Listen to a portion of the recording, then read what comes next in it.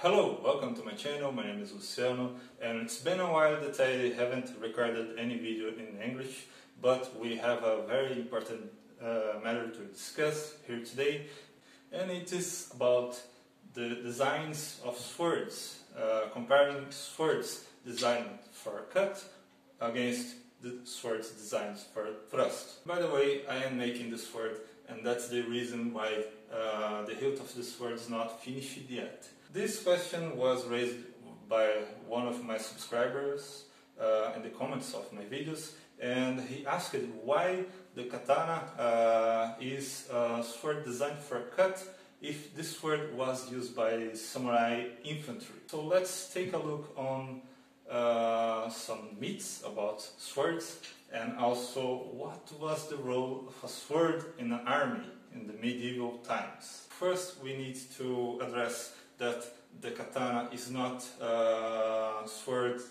designed only for cutting. This sword is capable of thrusting and stabbing.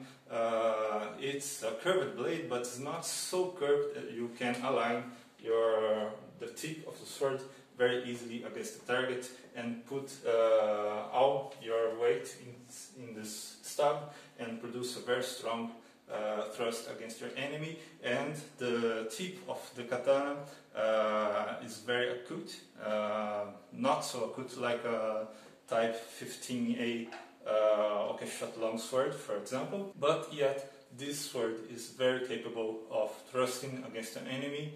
And the katana is a sword that was designed for cut and thrusting. On the other side, when we look at European longswords like the open shot typology, when we see those straight swords sharpened on both sides and very pointy, we tend to believe that European swords were thrust-centric designs.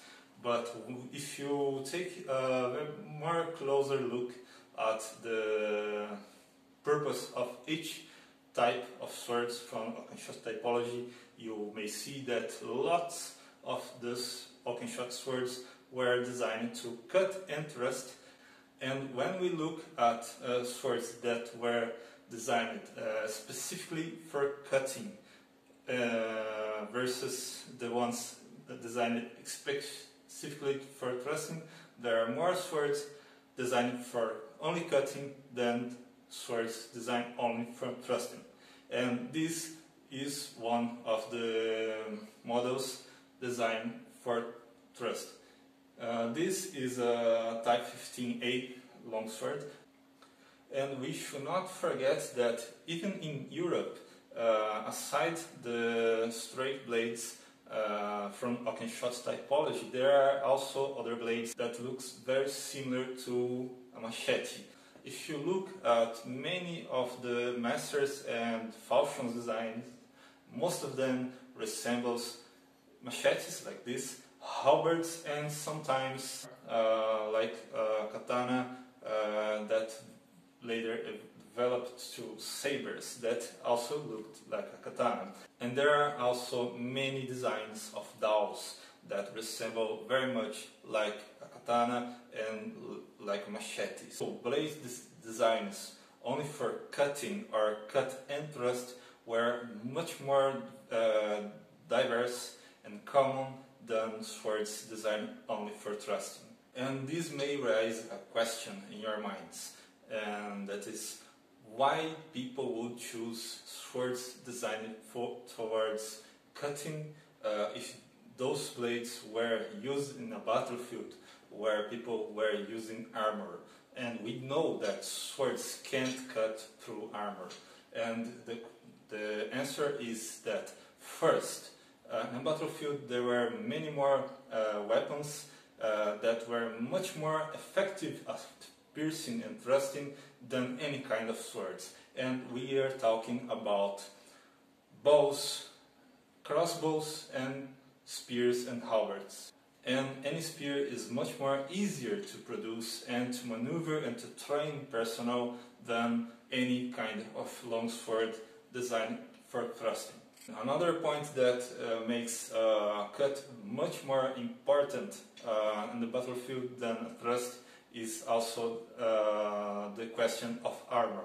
If you look at armor used by infantry and foot soldiers, no matter if you are talking about Europe or Asia, when we look at archers and foot soldiers like a Shigaru, usually they were using much less armor than a knight. Use a breastplate, a helmet, some kind of protection in the arm, not much protection, and much less protection in the legs, mostly because of the weight. And when you are facing someone that is partially armored with the face, the neck, the arms and the legs exposed, much more easier to hit these targets, especially when they are moving with a cut than to using a thrust. Against partially armored enemies like infantry and archers and crossbowmen, it was much more easier and effective to use cuts than to use thrusts. Then why we have swords like the Oakenshots Type 15A that is designed for thrusting, is a very terrible cutter.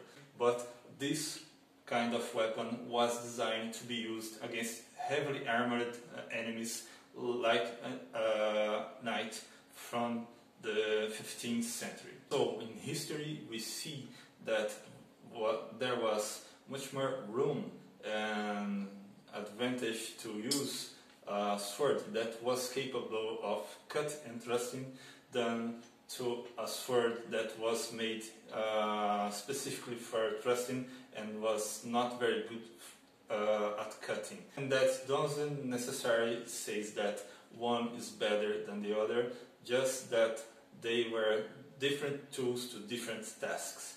And now in the comments, what are your opinions about this topic?